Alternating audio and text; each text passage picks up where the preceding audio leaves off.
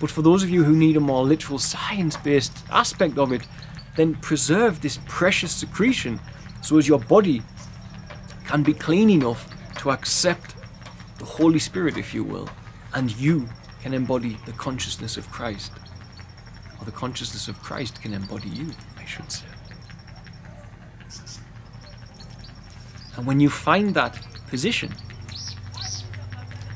you'll know this month I don't want that, because if I drink this alcohol, I won't feel how I felt last month. Because maybe 1 month you'll feel it, and the next month you'll try something new and you won't feel it, and you just want to go back to it because it's the perfect state of being.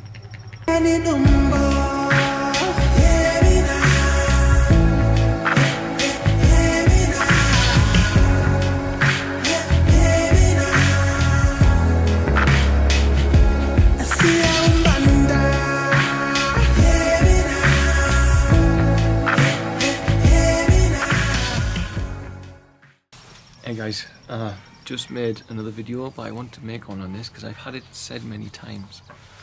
And it's about keeping your temple clean, as they would say in the biblical terms. Or keeping your house clean, your body clean, your cave clean. Depends which allegorical term you go for, or which age of language you go for. And I've had persons who follow the science of the secretion, the sacred secretion, the chrism, or the iktos, and they say, I tried it, it didn't work. And I would say, well, now what's your plan? And they often say, well, it doesn't work. So that means that they're going to revert back to the old way of living because they feel it doesn't work. And this is a stumbling point for persons, because you do need to clean your temple. If you want to embody God and embody the sacred secretion, you've got to cleanse your temple. And you do need to abstain from sexual communications, if you will, with your partner, mental and physical, during that period when the moon is in your star sign. And you do need to eat clean. And you do need to cut out acidic foods, but those can be plant foods too. So let me just get this all out. If you're going to find the perfect state of being for your temple to allow the journey of the secretion to complete, so you can allow it to make its journey as Moses did to the promised land, the land flowing with milk and honey, serotonin being a milky substance from your pituitary, and DMT being an amber substance from your pineals. Now don't do this to trip out or anything, or to go to an alternative reality. Do this to commune with God and to hear His wants for your life. Don't do it for some stimulating event. This is not what it's for. Now, if you want to truly make the temple clean, then first of all you need to make sure you're alkaline.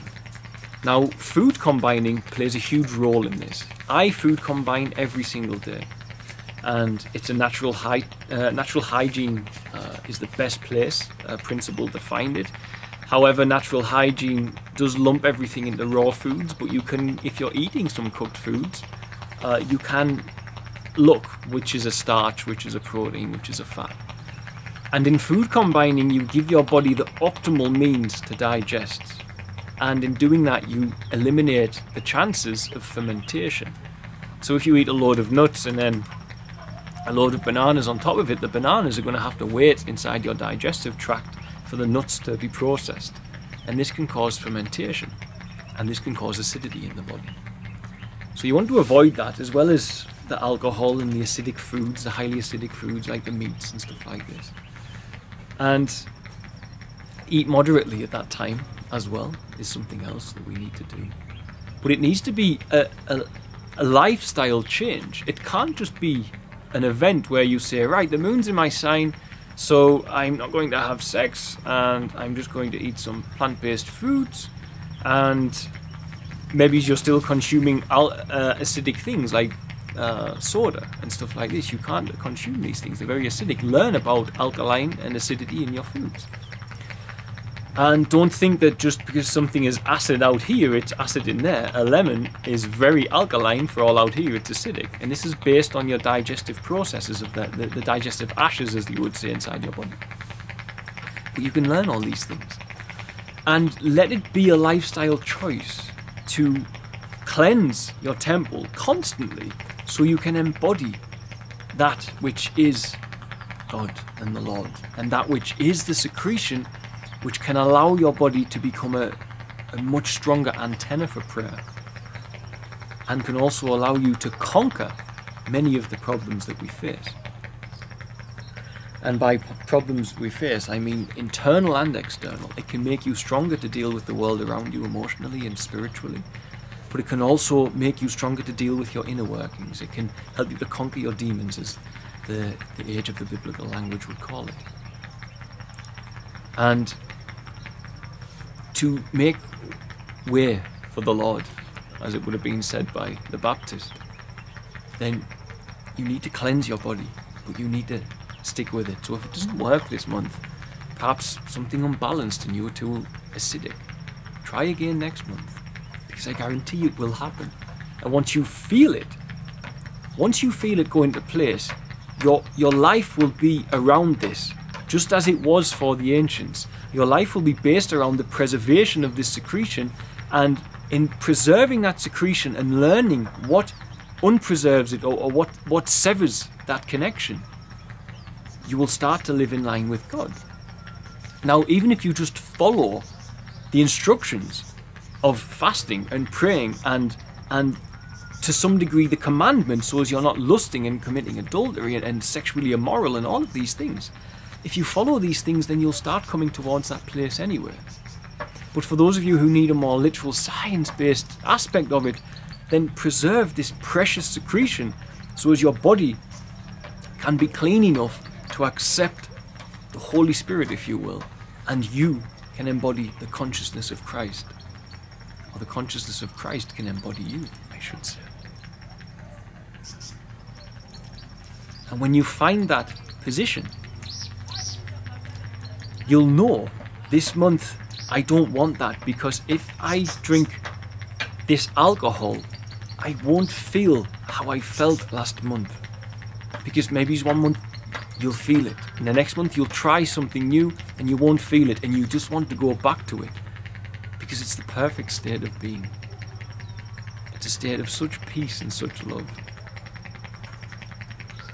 And it's the one solid, guaranteed way that I can tell persons, if you have first of all mastered your mind and you can silence your mind, then you're on the right road to be able to do this. So if you've gone through your initial baptism and you've raised up from the first stage of consciousness, which is earth, to the next stage, which is water, you've gone from beta in your brain to alpha. You've gone to a state of no human thought. This is your first step. Then you move to theta, which is where you meet Christ in the air. And when you meet Christ in the air, the next thing that's about to happen is you're about to be baptized with fire, because the next stage of consciousness is delta, which is known as fire in mythology and mysticism. Greek mysticism is what I should say, which ties into all mythology. And when you get to there, this is where you get to the point where you've got a lot of dominion over things. So you can be about to take that next bite of food and you can go, no, actually I'm full, which is one of the most difficult things for us to do. Most people can't do that. Really, I struggle with it too, especially when I'm running and stuff. I can definitely overeat when I run. I know, because I can gain a little bit extra weight, because it's just part of our human battle. Sometimes I can eat too much when I'm running, etc., and I can gain a little bit of weight. So, and it's difficult. One of the most difficult functions for us to overcome is our sexual impulses, and that again is something that must be mastered. But it will not be mastered unless you get to alpha to start with, unless you be baptized internally by reaching the stage of consciousness, which is water. But when you start doing that, it all starts to fall into place, because you find discipline. And when you find that discipline, start to find God. Even if it's in small increments. Even if it takes you 4 to 5 months of clean living and discipline to come to a point where you understand how it works. Once you get there, there's no going back, because you don't want these things. You don't want it, you know? I was lucky enough to cut off from it all, but now the children are all over the room. It distracted me slightly while I was talking earlier, so sorry about that. I was lucky enough to cut off from all of it and to go into a lot of fasting and cleansing. And the first time it happened to me was actually during a dry fast. I did a dry fast. Now, the thing is with fasting, you've got to be safe with it. You've got to prepare your body. Someone said this the other day, and I'll do a I'll do a video on the science of fasting. You've got to prepare your body. You can't just... Some people do, but eating a load of junk food and then just having a water fast, you'll feel terrible. Eating a load of junk food and then just having a dry fast, you could even kill yourself. Stopping the fast, you've got to be very careful. So, I was lucky enough to do that, but it might take some time for others to do it, because we have jobs, we have children to care for. But persist with it, because you can only benefit from persisting with it. If you persist with it, if you do it 1 month or 2 months, and as people have said to me, it doesn't work, and you just quit, surely you can see that by persisting and still trying to get to where you need to be, to get your temple to where it needs to be for this God-given right, this God-given electromagnetic circuitry, this God-given way of being that you deserve to have, to actuate within you, which you had when you were children. We all had it when we were children. If you can aim towards that regardless, even if it's failed 1 month or 2 months, as long as you keep trying, I think all must be able to see that the practices that allow you to try mean that you're only going to become a better person. You're only going to become stronger in God. You're only going to become more peaceful. You're only going to become more disciplined. You're only going to be leaving a smaller footprint on the planet in some aspects of it as well. And you're only going to become healthier. And your relationships will become healthier with your family, your friends, and with God, and with your life and with yourself. So yeah, stay alkaline, stay clean, cleanse your body, fast. If you can't fast on just water, fast on juice. There's no difference to your body taking in juice calories, which will still cleanse your body. There's a difference between water fasting and juice fasting. But just taking in juice calories or eating food, you'll still have the same energy to go about your day. You might have a little gnawing feeling for some food in your belly. I'm not talking about smoothies, I'm talking about juice here, you know, like orange juice. But you'll still have the same calories. You can still function in the same way by doing that. But you'll feel, as your body goes into it, that you'll start healing and cleansing.